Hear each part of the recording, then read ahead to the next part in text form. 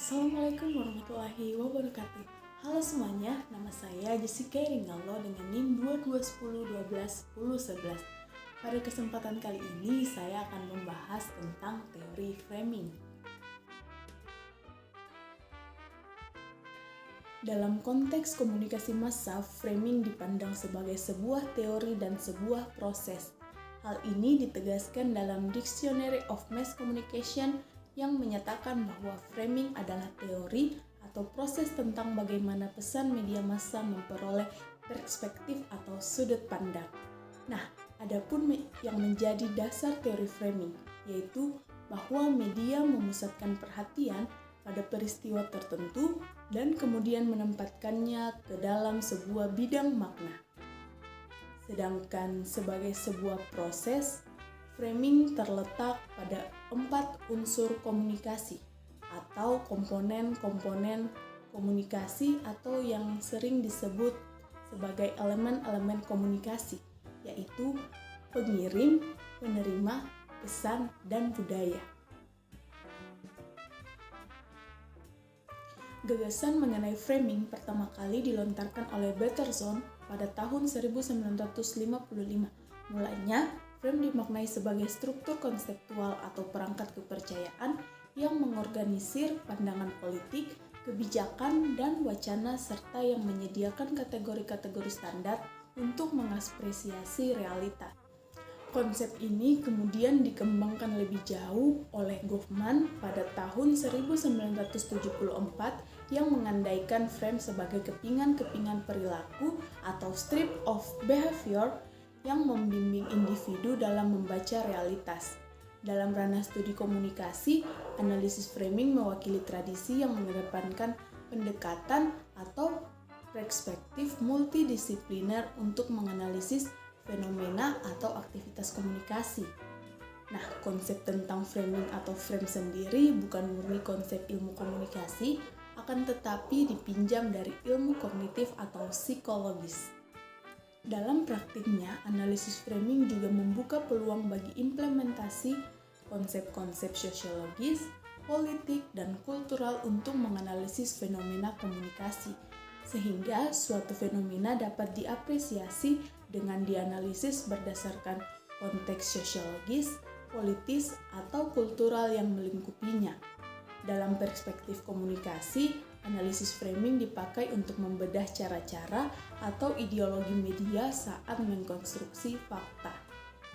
Analisis ini mencermati strategi seleksi, penonjolan, dan pentautan fakta ke dalam berita agar lebih bermakna, lebih menarik, lebih berarti, atau lebih diingat untuk menggiring interpretasi khalayak sesuai perspektifnya.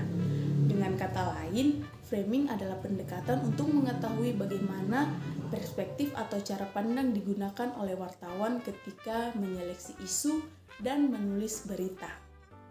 Cara pandang atau perspektif itu kemudian akhirnya menentukan fakta apa yang diambil, bagian mana yang ditonjolkan dan dihilangkan, serta hendak dibawa kemana berita tersebut. Karenanya, berita menjadi manipulatif dan bertujuan mendominasi keberadaan subjek sebagai sesuatu yang legitimate, objektif, alamiah, wajar, atau tak terelakkan. Untuk menganalisis framing, ada beberapa metode yang dapat digunakan. Nah, salah satunya adalah analisis konten, di mana peneliti memeriksa teks atau gambar untuk mengidentifikasi framing yang digunakan. Metode lainnya adalah analisis wawancara, di mana peneliti membuat daftar topik dan melihat bagaimana narasumber meresponnya. Selain itu, analisis framing juga dapat dilakukan dengan mengamati reaksi masyarakat terhadap konten. Sebagai contoh, dengan mengamati tanggapan masyarakat terhadap pemberitaan media massa tentang isu tertentu.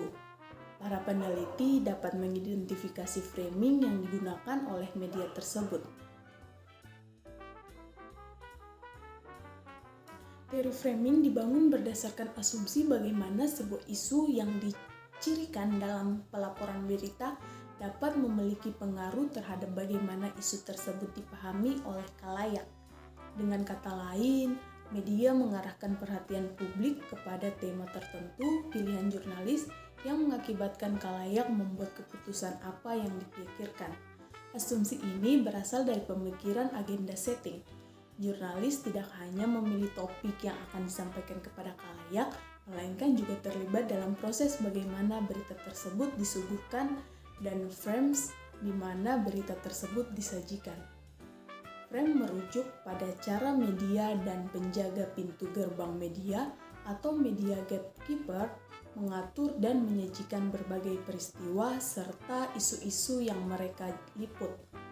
Frame juga merujuk pada cara khalayak menafsirkan apa yang disajikan oleh media. Frames merupakan gagasan abstrak yang berfungsi untuk mengatur atau menyusun makna sosial. Frames mempengaruhi persepsi khalayak terhadap berita. Framing tidak hanya mengatakan apa yang harus dipikirkan, melainkan bagaimana memikirkan hal tersebut. Analisis framing dilakukan dengan tujuan untuk melihat bagaimana suatu peristiwa dipahami serta dibingkai oleh media. Kita bisa saja melihat berita yang sama diberitakan secara berbeda oleh media. Hal tersebut dikarenakan pemahaman media yang berbeda akan suatu peristiwa dan cara mengkonstruksi media akan suatu peristiwa yang berbeda pula. Hal ini terkait dengan bagaimana suatu peristiwa dimaknai dan berhubungan dengan makna peristiwa yang diliput dan tidak diliput. Hal ini juga bisa berkaitan dengan pemakaian kata, kalimat, serta gambar yang dipakai untuk mendukung gagasan. Nah, di sini ada 2 jurnal penelitian tentang analisis teori framing. Yang pertama, ada jurnal yang berjudul Metode Analisis Framing dalam Media Sosial, dan yang kedua adalah Analisis Framing Pemberitaan Generasi Milenial dan Pemerintah Terkait COVID-19 di Media Online.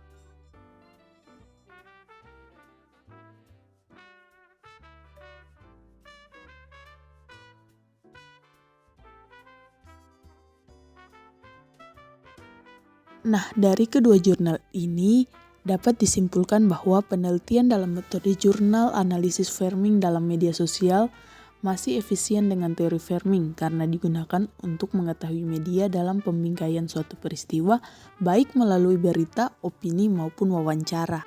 Begitu juga untuk jurnal penelitian dalam analisis framing pemberitaan generasi milenial dan pemerintah terkait COVID-19 di media online masih efisien karena di dalam jurnal ini ditunjukkan bagaimana media mengkonstruksi makna dalam setiap elemen-elemen beritanya.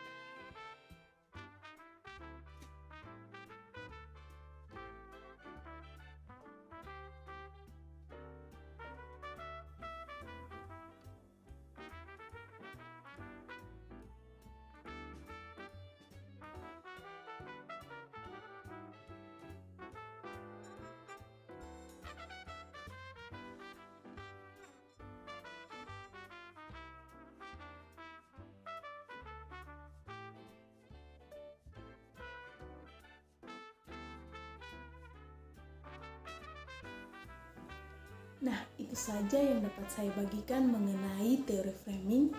Terima kasih dan sampai jumpa.